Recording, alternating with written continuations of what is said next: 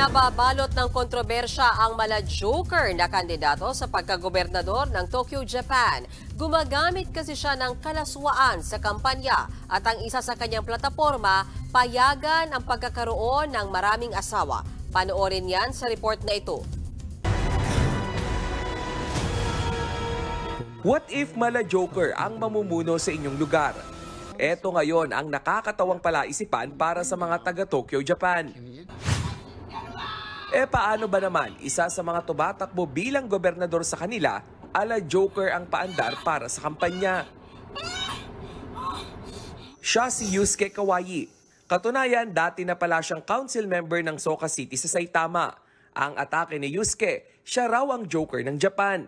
Kabilang sa mga plataforma, ang tumawalang lagi ang mga tao sa Tokyo. Kaya naman maraming natuwa sa paandar niya. Pero meron din namang hindi siya nagustuhan dahil yan sa iba't ibang kontrobersiya. Gaya ng paggamit niya ng pornography posters sa kanyang kampanya. Paraan daw kasi ito ni Yusuke para isulong ang polygamy o pagkakaroon ng maraming asawa para tumaas pa ang bilang ng populasyon sa Japan. Isinusulong din niya na gawing legal ang paggamit ng marijuana sa Shibuya City. Gusto rin niyang palitan ang pangalan ng Shibuya at gawing Shabuya, hango sa salitang shabu. Isa lang si Yusuke sa mga nagva-viral na kandidato sa Tokyo dahil sa kanilang mga paandar. Sa July 7, pagbobotohan ang magiging gobernador ng Tokyo.